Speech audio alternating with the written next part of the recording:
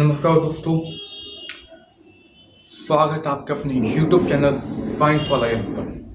तो आज हम लेक्चर पढ़ेंगे लेक्चर टू। तो कल हमने लेक्चर 1 पढ़ लिया था अम्ल क्षारीय एवं लवण में। तो आज का ये लेक्चर 2 है।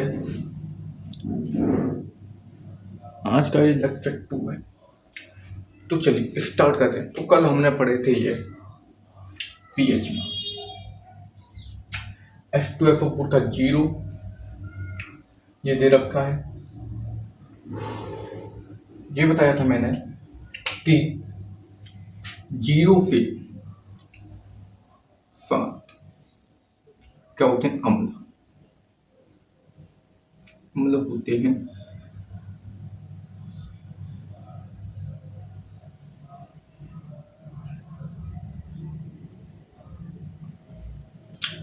और 7 से 14 क्षार होते हैं।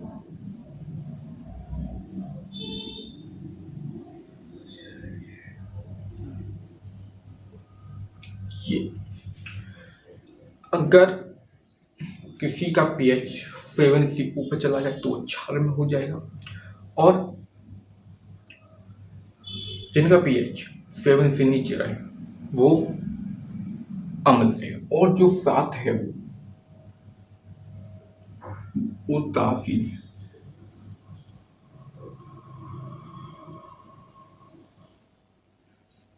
यानी कि जल शुद्ध, क्योंकि जल है। अम्लीय वर्षा का वो जल होता है, अम्लीय वर्षा का जल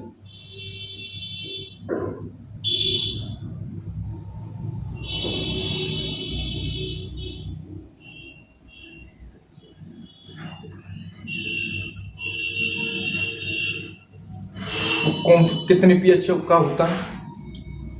6.5 पीएच अम्लीय वर्षा का जल।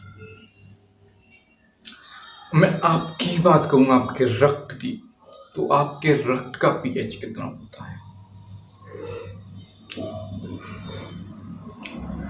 आपके रक्त का जो पीएच होता है वो होता है 7.35 से 7.35 तक पीएच, यही होता है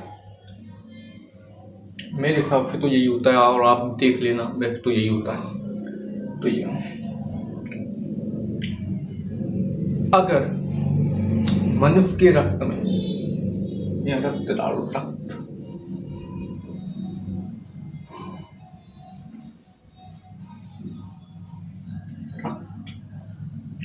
अगर रक्त में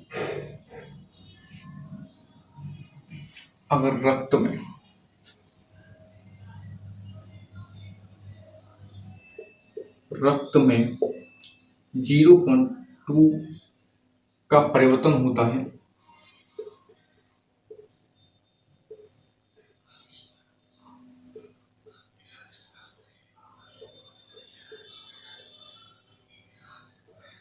तो व्यक्ति की मृत्यु हो जाती है।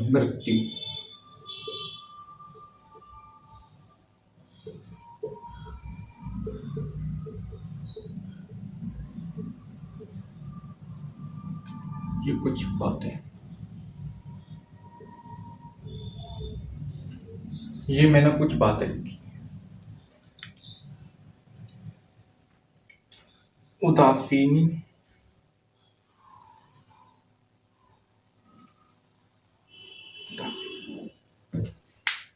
ये मैंने कुछ बात लिखी है।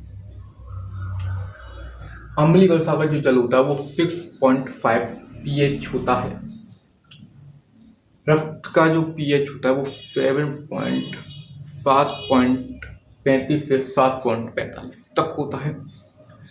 अगर रक्त में 0.2 का परिवर्तन हो जाता है तो इंसान की मृत्यु हो जाती है। तो ये मैंने कुछ बात रखी, आपने नोट कर लीजिए। पता है कुछ पदार्थों में पाए जाने वाले जैसे कि मैं बात करूँ विनेगर, सिरका, उसमें क्या होता है एसिटिक अम्ल CH3COOH। मैं बोलूँ संता तो सेट्रिक अम्ल, सिट्रिक अम्ल, जो सूत्र C6H8O7, तो वही देखेंगे अभी। चलिए, तो इतनी बात क्लियर, मैं इनको मिटा दूँ, बोलिए बोलिए मैं इनको मिटा दूँ। चलिए,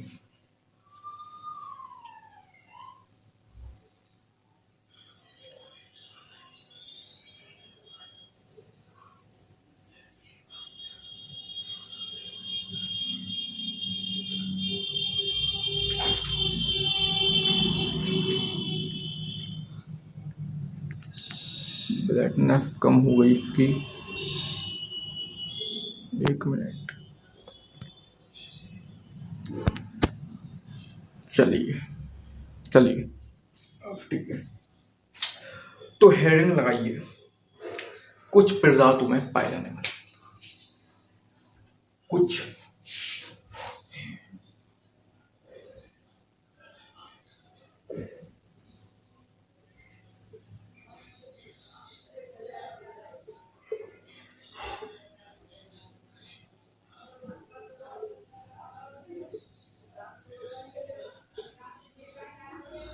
अम्ल।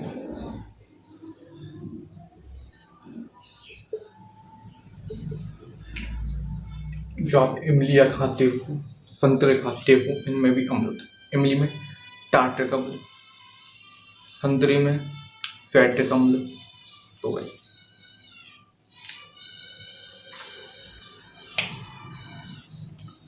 तो चलिए, देखिए सिरका,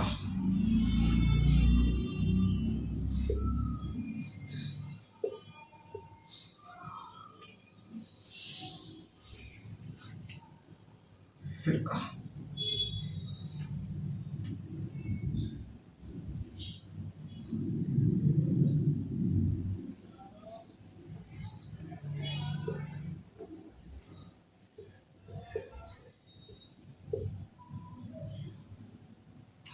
संतरा,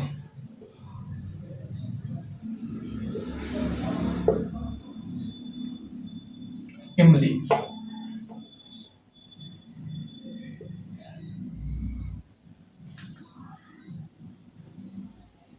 और इमली हो गया, संतरा हो गया,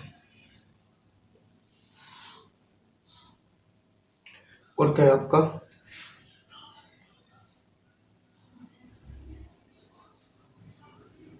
दूध। जो दूध होता है, दूध दूध दूध को दही में कन्वर्ट हो जाता है, दूध दही में बदल जाता है, तो किसकी वजह से लैक्टिक अम्ल की वजह से। किसकी वजह से लैक्टिक अम्ल की वजह से। तो लिखिए दूध, दूध का दही में बदल, दूध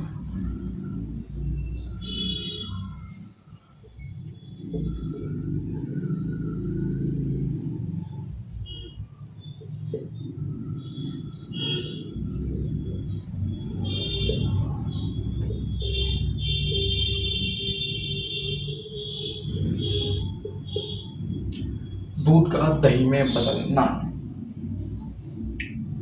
मैं बात करूँ अब आपकी चींटी, चींटी के डंक में।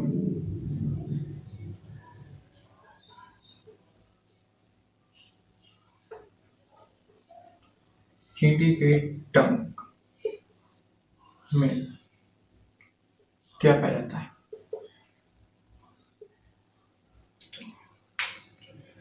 तो सिरके में क्या पाया जाता है, एसिटिक अम्ल।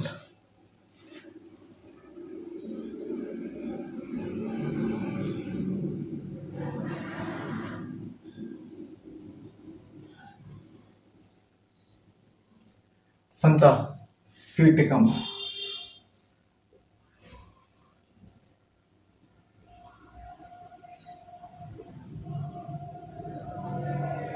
इमली टार्ट्रिक अम्ल,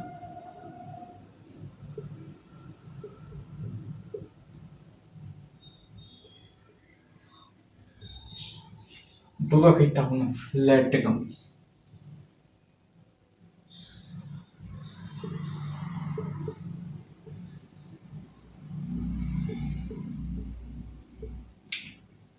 चीटी में मेथेनाइक अम्ल।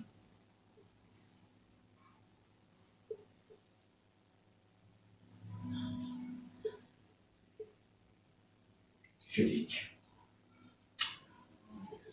इनका सूत्र क्या होता है?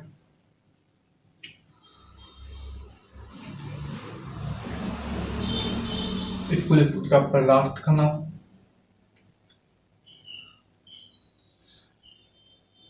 इसे रासायनिक का नाम और इसे सूत्र का नाम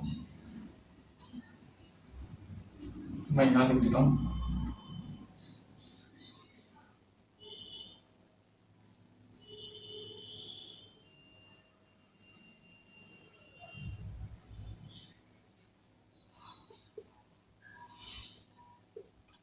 पदार्थ का नाम,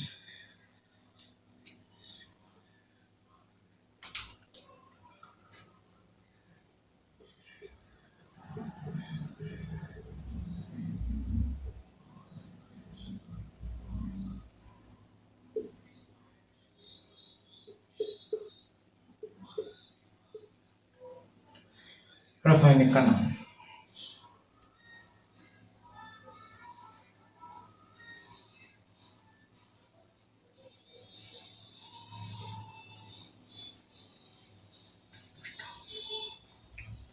अब इसे लिखिए सूत्र का नाम।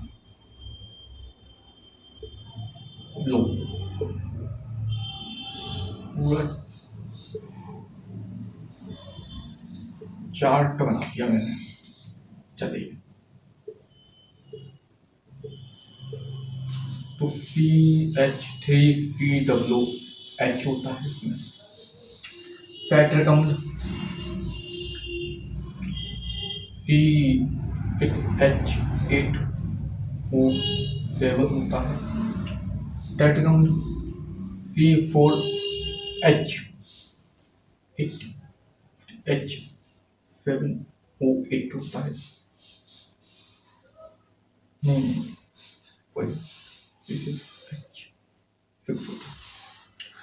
लैक्टिक अम्ल C3H6O3 होता है। मेथेनाइक अम्ल CH3OH होता है। तो ये पाए जाते हैं। इतनी बात क्लियर।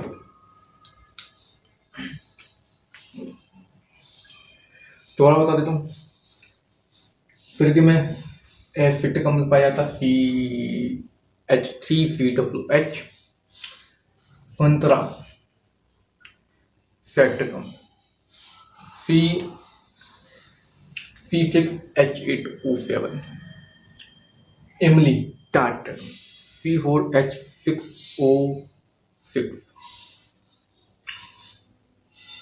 दूध का दही में बदल जाता लैक्टिक अम्ल C3H6O3। चींटी के डंक में एथेनाइक अम्ल CH3COOH। तो बताइए दोस्तों, बताइए भाई, इतनी बात क्लियर। चलिए, अब हम आगे बढ़ते हैं। अब आगे बढ़े।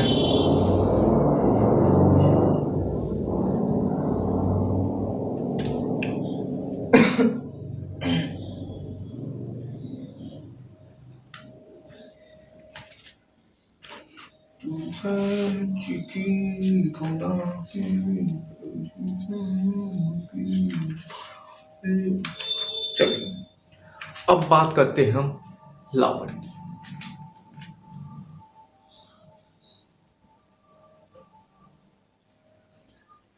अब बात करते हैं लवण की।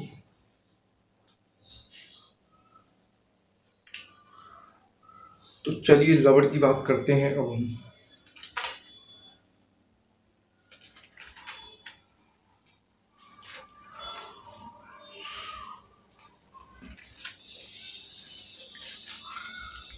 पहले हम आपके लिए नोट्स बनाते हैं, नोट्स तैयार करते हैं।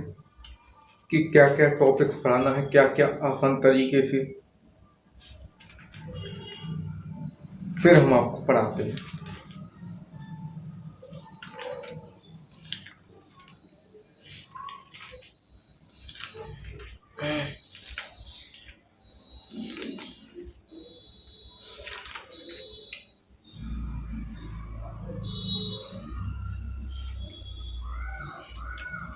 तो लवड़ की बात करें हम।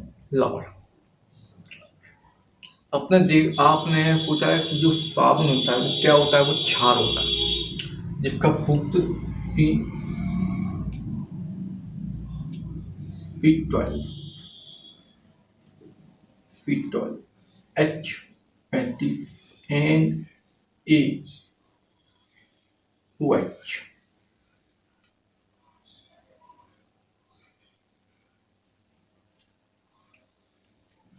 तो ये उसका सूत्र होता है, ठीक है।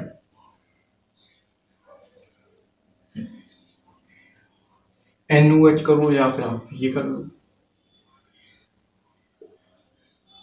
C12H35COOH।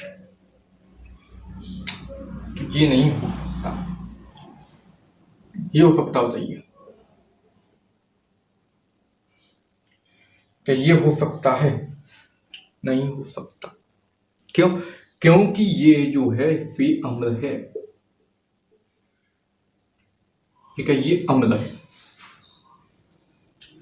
तो आप ये कर लो,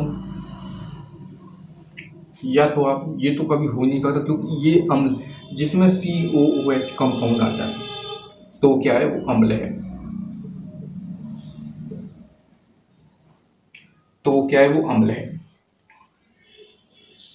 कंफ्यूज करने वाले सवाल आ जाते हैं ऐसे कि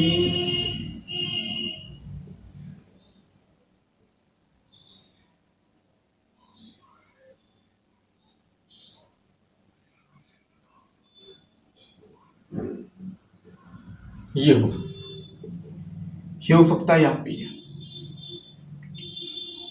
क्योंकि ये क्षार है, एच नहीं आना चाहिए। तो ये कंफ्यूज करने वाले सवाल होते हैं। तो मैं बात करूँ अब लवण की।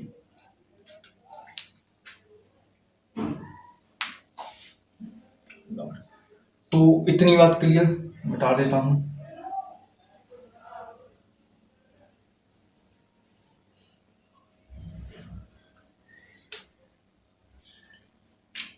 तो डालिए लवण यानी कि सॉल्ट,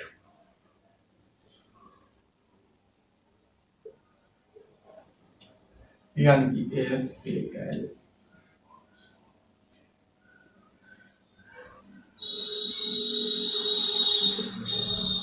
यानी कि सॉल्ट। तो लवण क्या है? वे पदार्थ जो अम्ल क्षार की क्रिया से लवण बनता है, या अम्ल क्षार की क्रिया को कम करता है और क्षार अम्ल की क्रिया को कम करता है। ये इसकी परिभाषा है।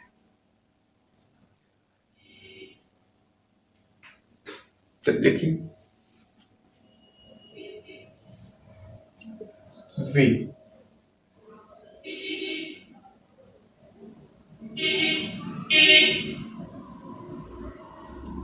वे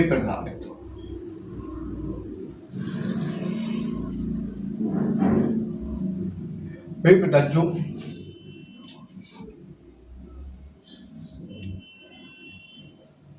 अम्ल क्षार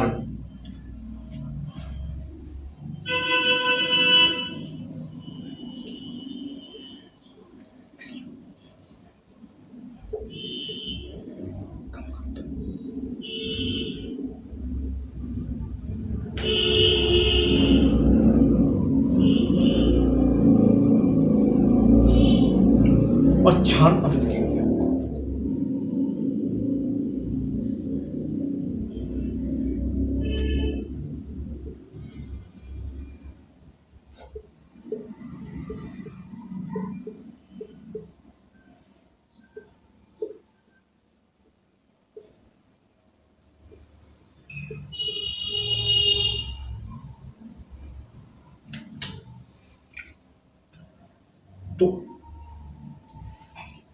तो लवण बनता है, लवण।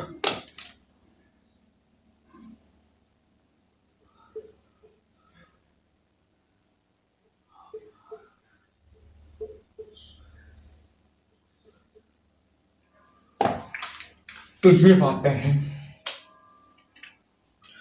अम्ल क्षार की क्रिया को कम करता है और अम्ल अम्ल क्षार की क्रिया को कम करता है और क्षार अम्ल की क्रिया को कम करता है। जैसे कि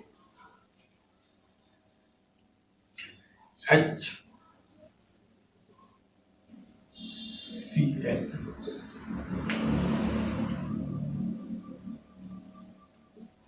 HCl प्लस Na2 NO2CHCO3। तो ये क्या रिएक्शन है? तो मेरे पास में क्या बनेगा? NaCl बनेगा, प्लस में जल बनेगा, प्लस में CO2 बनेगा, गैस। तो ये मतलब अम्ल क्षार की क्रिया को कम करता है। यो कहता नहीं भाई, मैं तुझे आग नहीं बढ़ने नहीं दूंगा मैं तुझे। जैसे कोई दो लोग रेस कर रहे हैं तो कहता ओ भैया तुम ही रुक जा, तुझे नहीं जाने दूंगा मैं जाऊंगा। वो कहता नहीं भाई मैं तुझे नहीं जाने दूंगा मैं जाऊंगा, इस प्रकार। तो यही है लवण। दो शक्तिशाली व्यक्ति आपस में टकरा जाए तो कोई परिणाम नहीं निकलेगा, दोनों बराबर रहेंगे, वही लवण है, यही लवण है। तो लवण कौन कौन से हो सकते हैं इनकी बात करेंगे। तो यही है। चलिए लवण के प्रकार, लवण के प्रकार।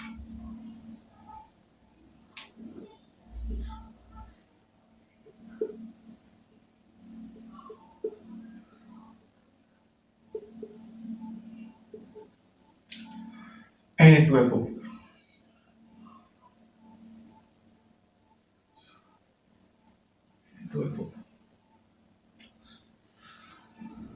MgFO4, NaCl, CuSO4। तो ये क्या है? ये लवण है। ये क्या है? ये लवण है। K2SO4,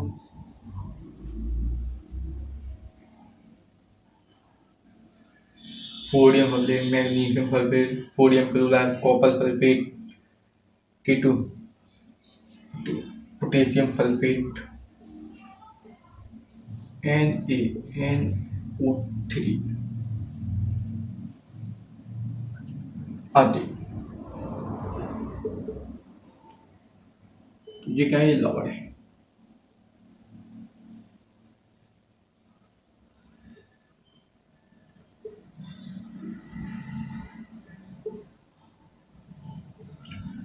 तो ये क्या है? ये लवण है।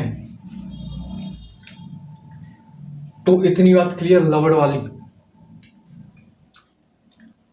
लवण की इतनी बात क्लियर। तो चलिए आगे बढ़ते हैं।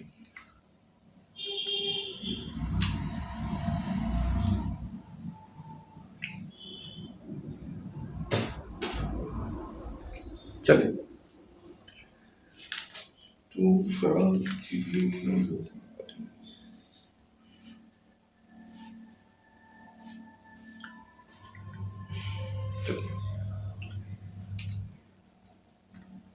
यही इसी को उदासीनीकरण कहते हैं। इसी को क्या कहते हैं? उदासीनीकरण।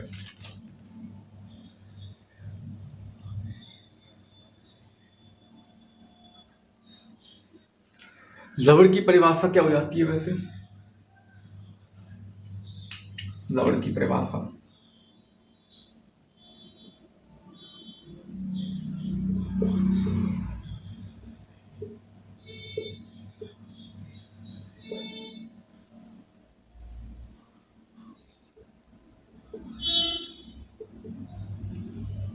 वे अभिक्रिया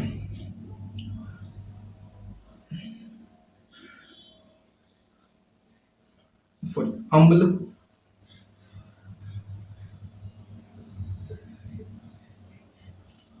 अम्ल क्षार की अभिक्रिया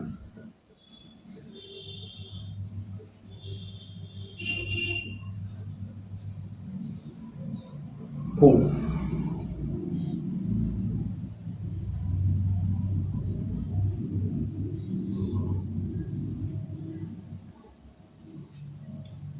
लवण कहते हैं।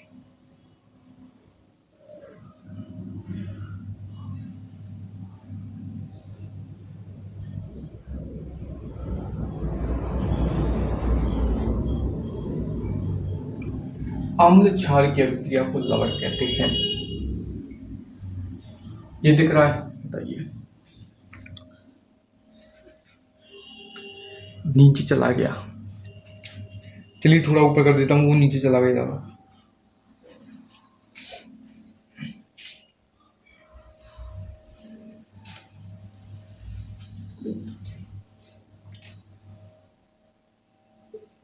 तो यहाँ बताऊँ अम्ल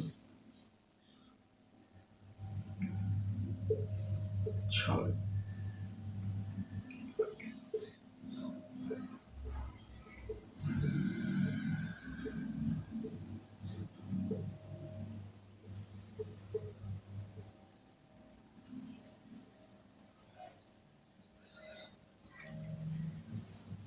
अब क्लियर दिख रहा है दोस्तों?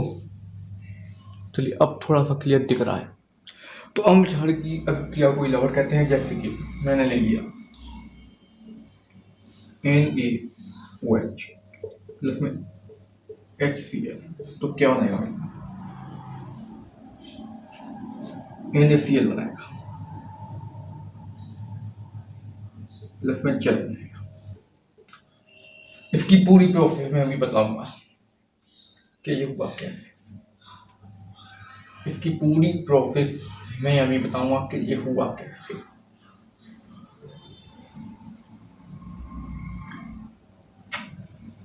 तो इतनी बात क्लियर है, इतनी बात क्लियर है। चलिए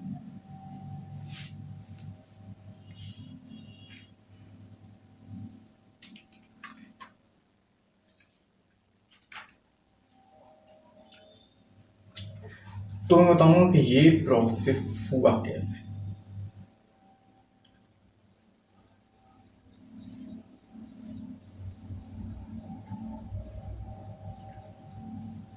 तो चलिए इसकी प्रोसेस के बारे में हम जाने थोड़ा सा।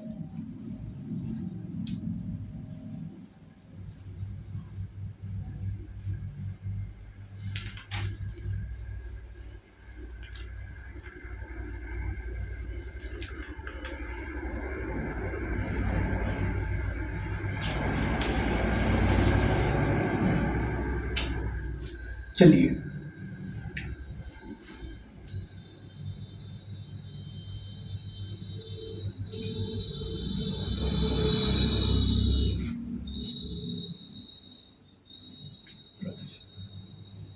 उदासीनीकरण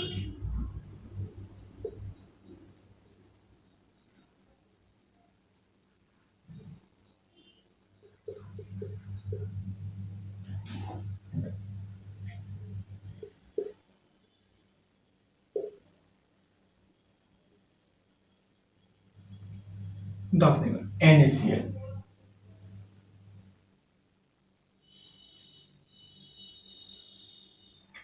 मेलिन उदासीनीकरण NaCl। क्लियर दिख रहा है वैसे तो?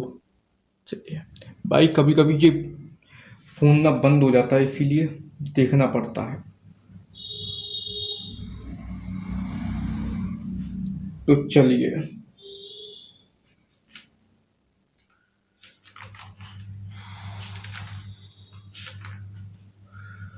क्या क्या टॉपिक रह चुका है आपका? टॉपिक्स देख लें आपके, क्या क्या पढ़ना है।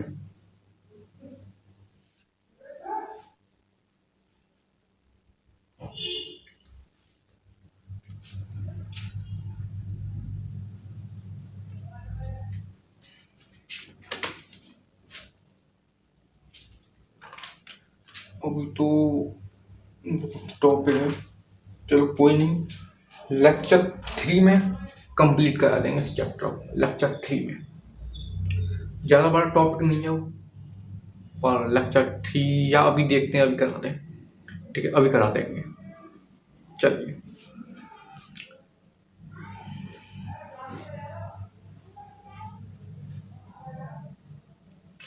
उदासीनीकरण NaCl, तो मैं ले लूँ M, ये यहाँ आया,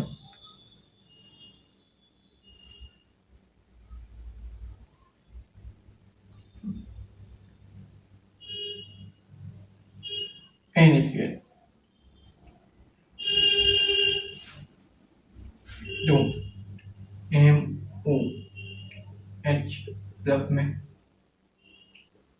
HX, जो ये है OH H, इसने मिलकर के क्या बनाया जल, इसने मिलकर के क्या बनाया जल H2O, और ये MH है MX, इसने क्या बनाया NaCl। तो जब ये दोनों बने तो अम्ल कौन सा रहा होगा और क्षार कौन सा रहा होगा, अम्ल कौन सा रहा होगा, क्षार कौन सा रहा होगा। तो जैसे कि वो तो मैंने बताया था कि जैसे ये है, आप बता दो कि यही होगा,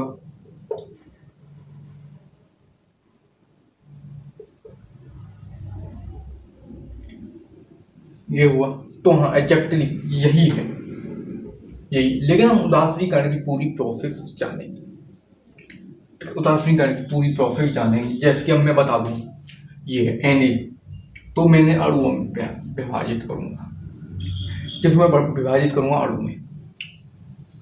अणु में। तो देखिए अणु में विभाजित कैसे करते हैं,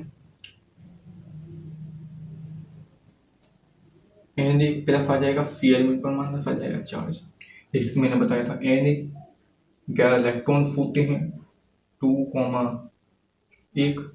Cl 17 होते हैं, 2, इस प्रकार। तो इनकी संयोजी कक्षा में जो इलेक्ट्रॉन, संयोजी अंतिम कोष में जो इलेक्ट्रॉन होते हैं, जैसे कि अब देखिए Na के अंतिम कोष में 1 इलेक्ट्रॉन है, Cl के अंतिम कोष में 1, 2, 3, 4, 5, 6, 7 है, लेकिन इसको ऑब्जेक्ट पूरा करने के लिए 1 इलेक्ट्रॉन चाहिए, तो ये इससे 1 इलेक्ट्रॉन ले लेगा, इस प्रकार 1 इलेक्ट्रॉन इसने से ले लिया, तो क्या बनाया इसने NaCl, ये प्लस। जब कोई अपना इलेक्ट्रॉन त्यागा तो उस पर प्लस चार्ज आ जाता है, जैसे कि मैंने बताया था, वही धनवानी कहानी कि मैं अमीर हूँ, कोई अमीर है मुझसे ज़्यादा, मैं गरीब हूँ, तो वो मुझे पैसे देगा तो धन में हो जाएगा, और मैं ऋण में हूँ, तो इस प्रकार। तो यही है,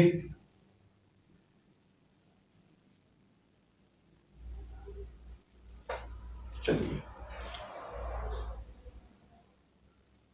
Na प्लस Cl माइनस, और ये आएगा, इसको मैं अणु में बयान करूंगा, तो H प्लस OH माइनस में मुझे H प्लस OH माइनस। तो देखिए ये हाइड्रोजन इस Cl से जुड़ा हुआ अम्ल के रूप में, तो क्या होना है HCl,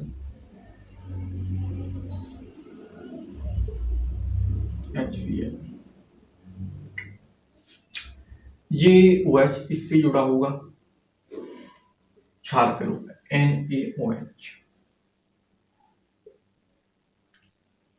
ये भी प्रबल है और ये भी प्रबल है, यानी ये दोनों शक्तिशाली है, तो बनने वाला लवण क्या होगा, उदासीनीकरण होगा। तो बनने वाला लवण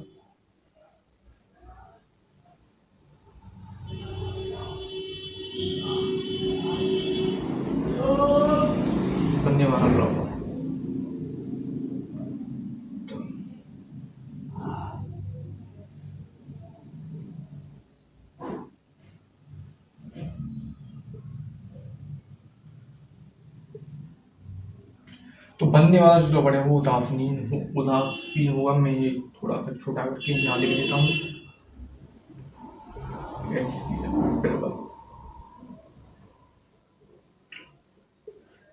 तो रिएक्शन होगी तो NaCl बनेगा में जल।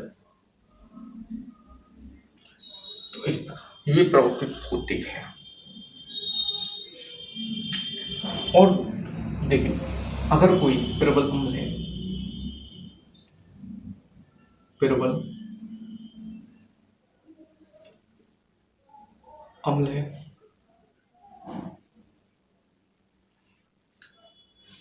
तो पहले इसको नोट कर लीजिए, बाद में बताऊंगा। इसको नोट कर लीजिए। चलिए,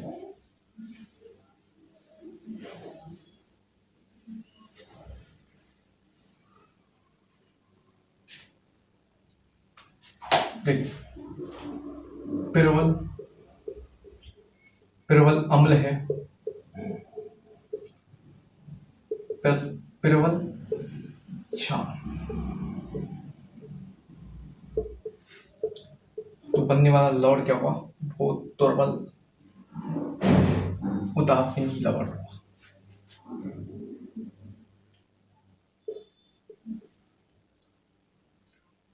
उदासीन लवण। प्रबल मैं बात करूं, प्रबल अम्ल और दुर्बल।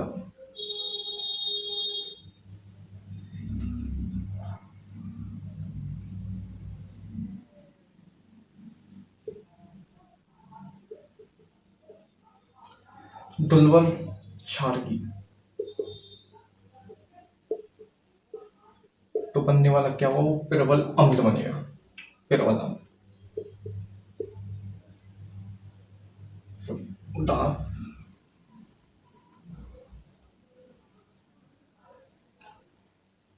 तो क्या हो जाएगा?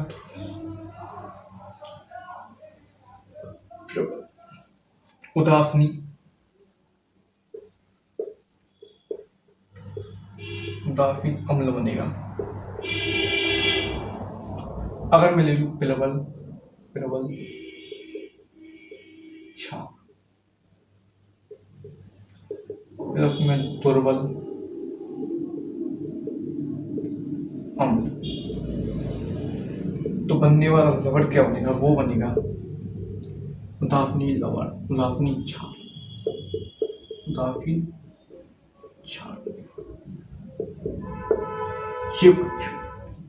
ये और बातें नोट कर लीजिए, नोट करिए।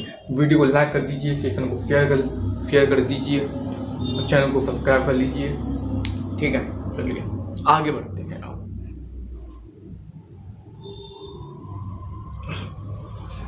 थोड़ा सा ही टॉपिक आपका रह गया है मेरे भाइयों।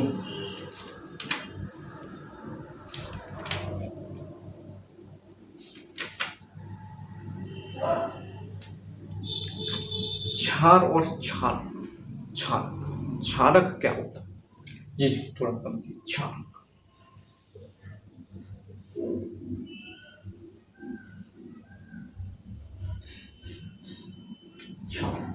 क्या है?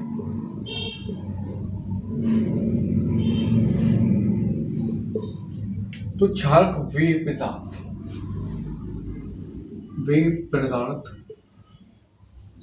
जो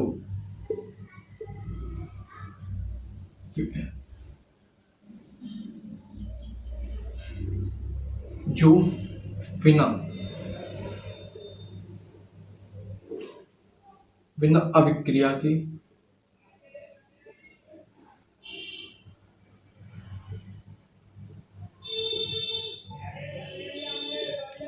जलीय विलयन में घुल जाते हैं। जलीय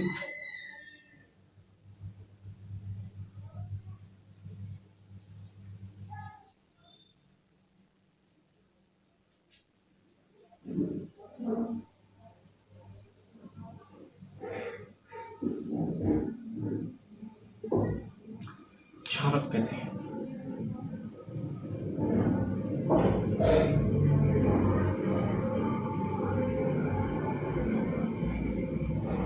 जली वेल में घुल जाते हैं, क्षारक करते हैं। तो ये इतनी बात क्लियर है। चलिए 40 मिनट, कोई बात नहीं।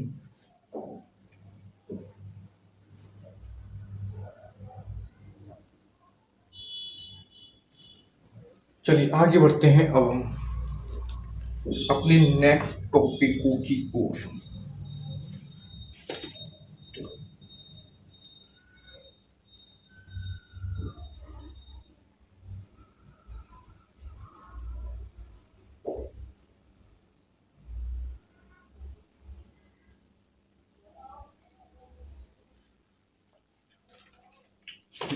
लेक्चर 2 में ही इस चैप्टर को खत्म कर देंगे बहुत ही आसान तरीके से।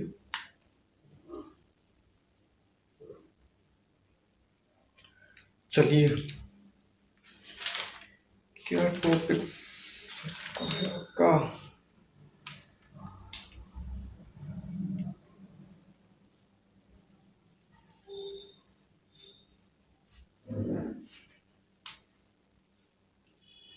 चलिए आगे बढ़ते हैं।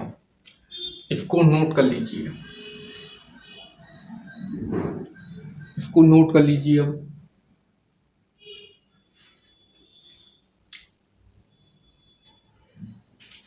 चलिए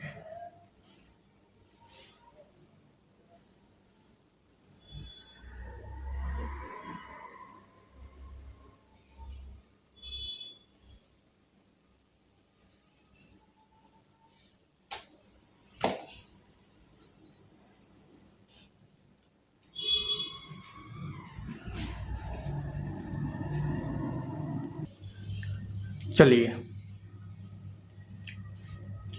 तो मैं बात करूं साधारण रबड़ लवड़ की। साधारण रबड़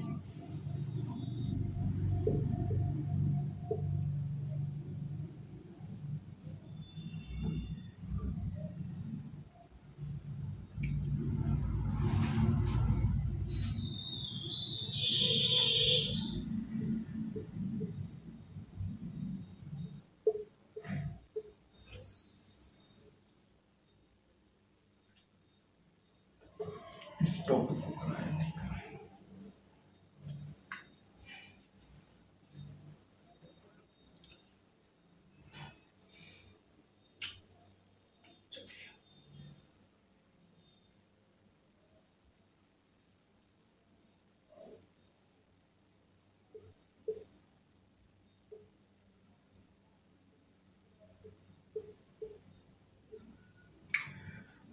साधारण रबड़ क्या है, लवड़ क्या है? समुद्री जल में कई प्रकार के लवड़ पाए जाते हैं, लेकिन NaCl उसका मुख्य स्रोत है या बड़ा मुख्य स्रोत है। लिखिए समुद्र।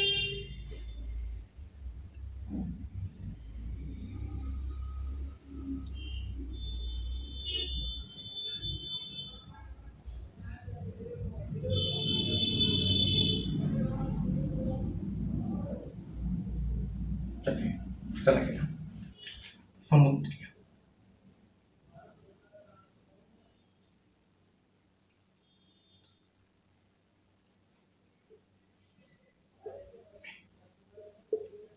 कई प्रकार के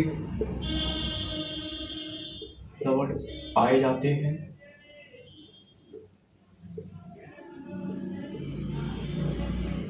लेकिन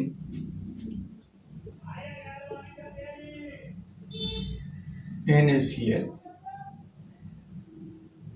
sodium chloride, NaCl sodium chloride इसका मुख्य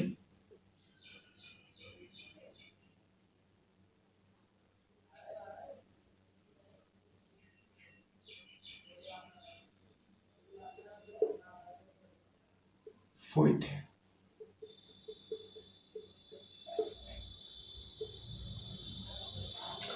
NaCl का ये मुख्य स्रोत है।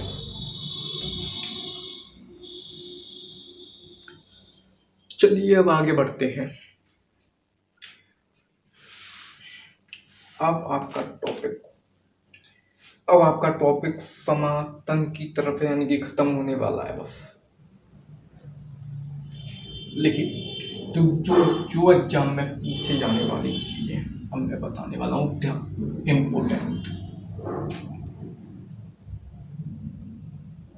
इम्पोर्टेंट चीजें हैं जो मैं पढ़ाने वाला हूँ अब। धोवन सोडा, नाम तो सुना है, धोवन सोडा।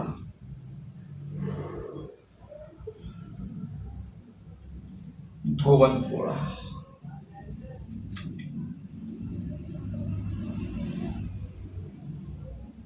दो स्टार दे दो भाई, 2 स्टार। अब जो टॉपिक आएंगे वो 2 स्टार वाले ही आएंगे, क्योंकि ये बहुत ही इम्पोर्टेंट टॉपिक है। तो धावन सोडा क्या है? धावन सोडा, इसका सूत्र जो क्या होता है, इसका सूत्र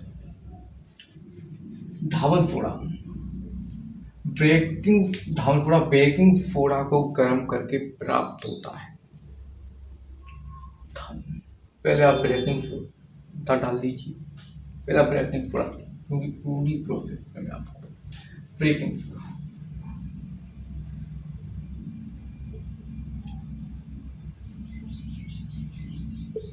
सोडा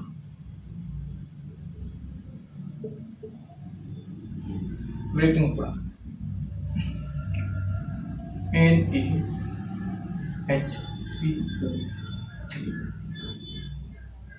सूत्र।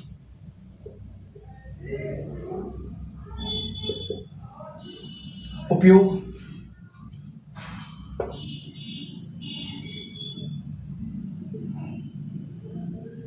उपयोग बेड़ा बनाने में, केक को फुलाने में,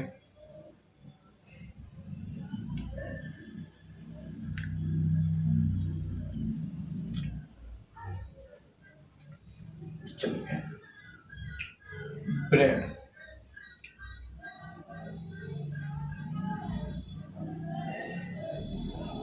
केक को फुलाने में,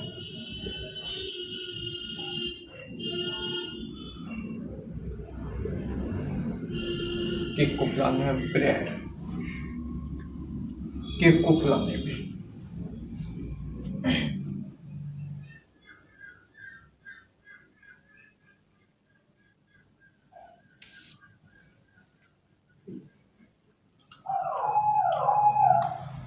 केक को फुलाने में, ब्रेड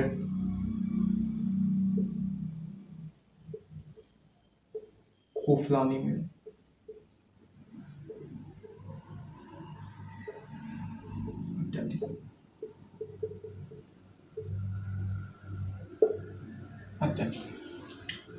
अब लिखिए धावन सोडा।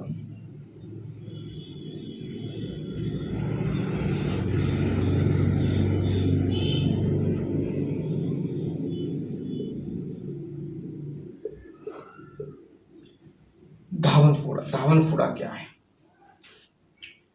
तो धावन सोडा बेकिंग सोडा को गर्म करके प्राप्त होता है। धावन सोडा बेकिंग सोडा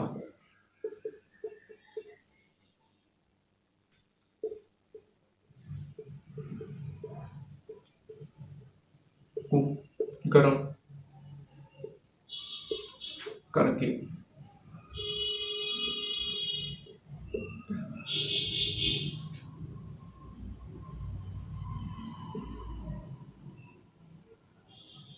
होता है। जैसे कि देखिए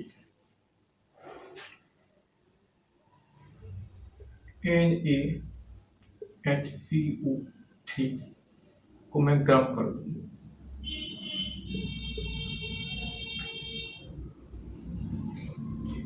तो क्या बनेगा? Na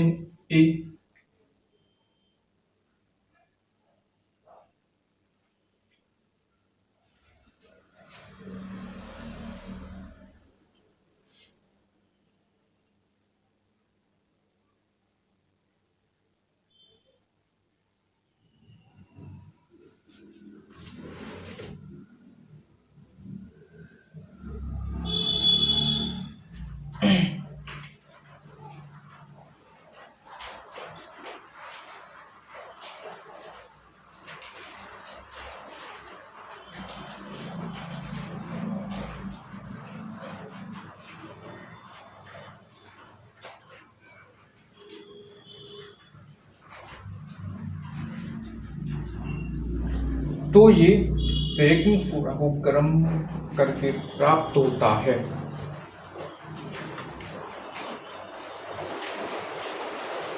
बेकिंग सोडा को 100 डिग्री सेल्सियस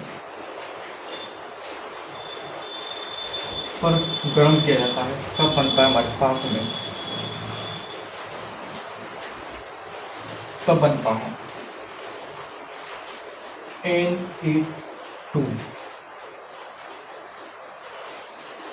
Na2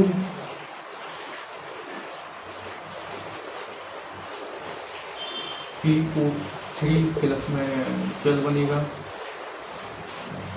प्लस में CO2 बनेगा। तो इस प्रकार,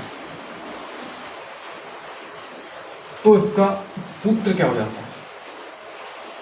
इसका सूत्र क्या हो जाता है? Na2 10H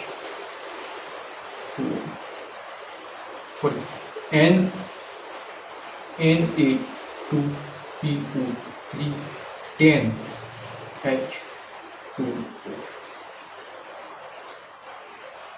ये इनका सूत्र हो जाता है, इसका सूत्र। अब मैं बात करूँगा, व्यंजक पूर्णांक। किसकी बात करूँ मैं? व्यंजक पूर्णांक। तो इसको मैं मिटा दूं।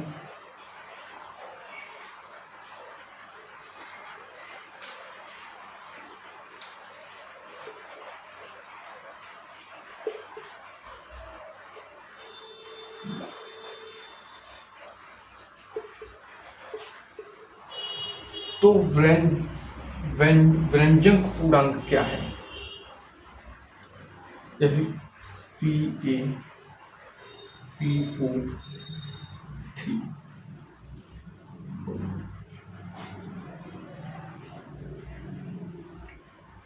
व्यंजक पूर्णांक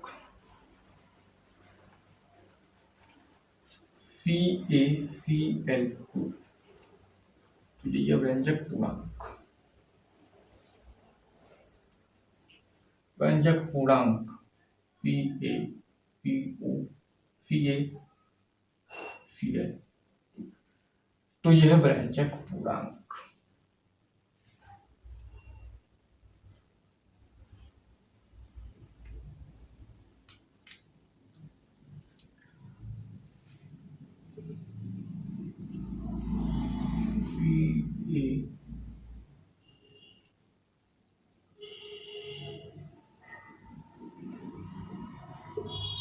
तो ये व्यंजक पूर्णांक, वो मैंने धावन फूड़ा बताया था, उसका प्रयोग लिखिए, धावन फूड़ा का प्रयोग।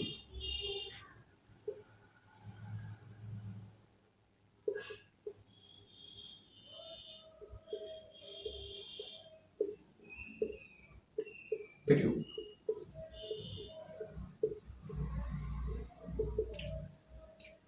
जल की कठोरता को दूर करने के लिए, जल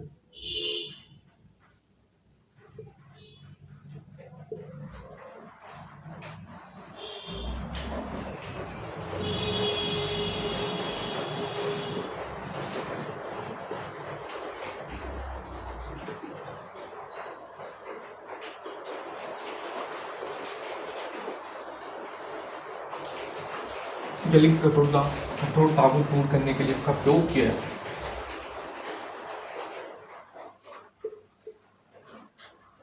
जल की कठोरता को दूर करने के लिए और कागज उद्योग,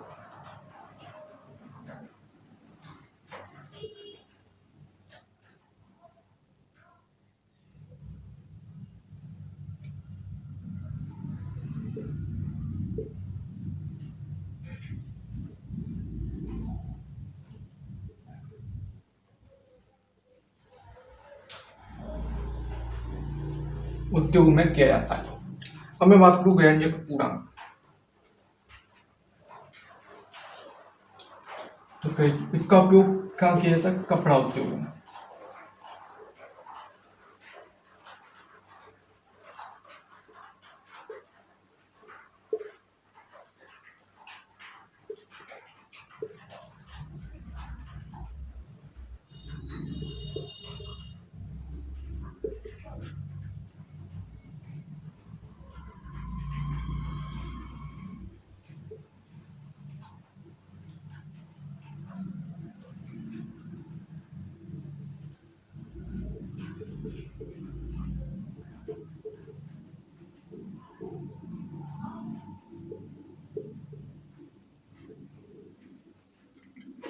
कपड़ा उद्योग मंत्री था।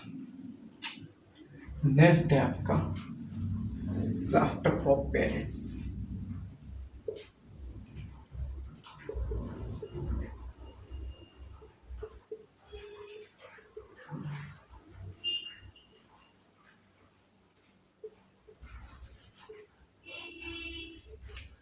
प्लास्टर ऑफ पेरिस तो ये क्या होता है? CU हाँ,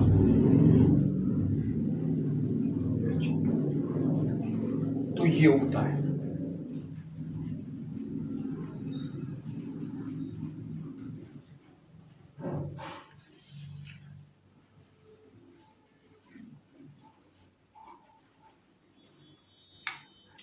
इसका उपयोग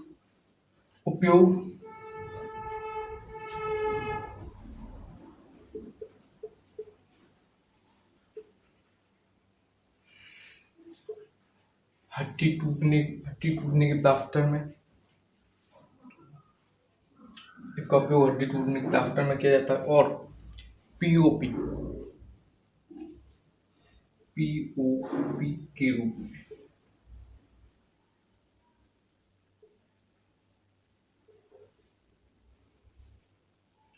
पीओपी के रूप में किया जाता है। और प्लास्टर में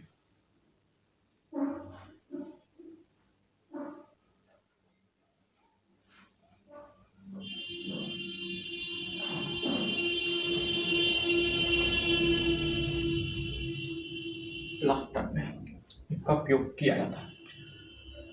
तो दोस्तों अभी अब आपका लास्ट टॉपिक रह गया प्लास्टर ऑफ पेरिस। वो इस चैप्टर को खत्म।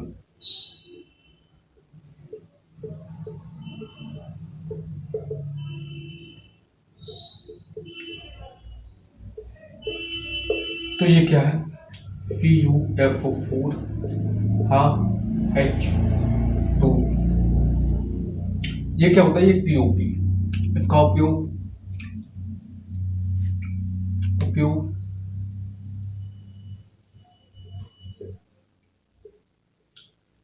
पीओपी के रूप में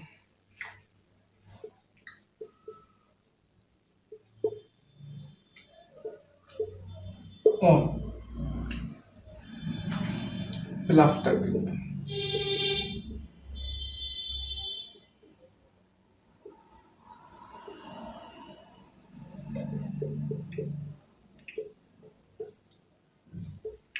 किया जाता है। आपने देखा होगा पीओपी जो आपकी छतों पर होती हैं, लेंटरों पर, तो वही यही होता है पीओपी। उसमें पानी मिलाते तो ठोस हार्ड बन जाता है, कठोर बन जाता है। ये कठोर पदार्थ पीओपी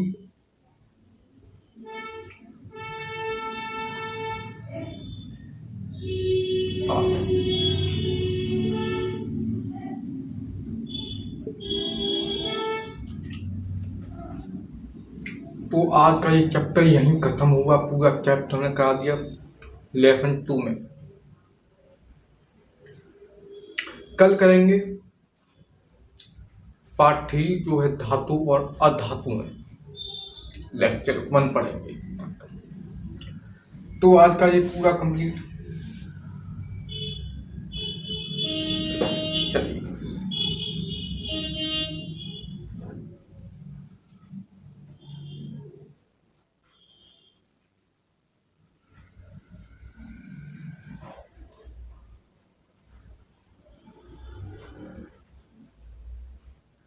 चलिए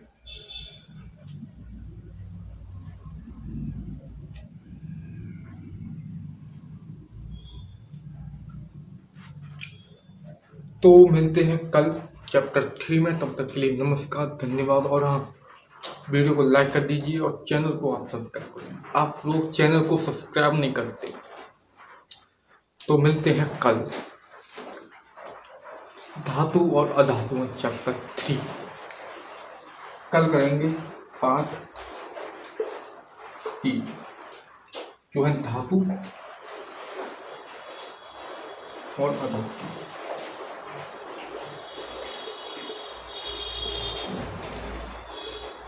चलिए, धन्यवाद।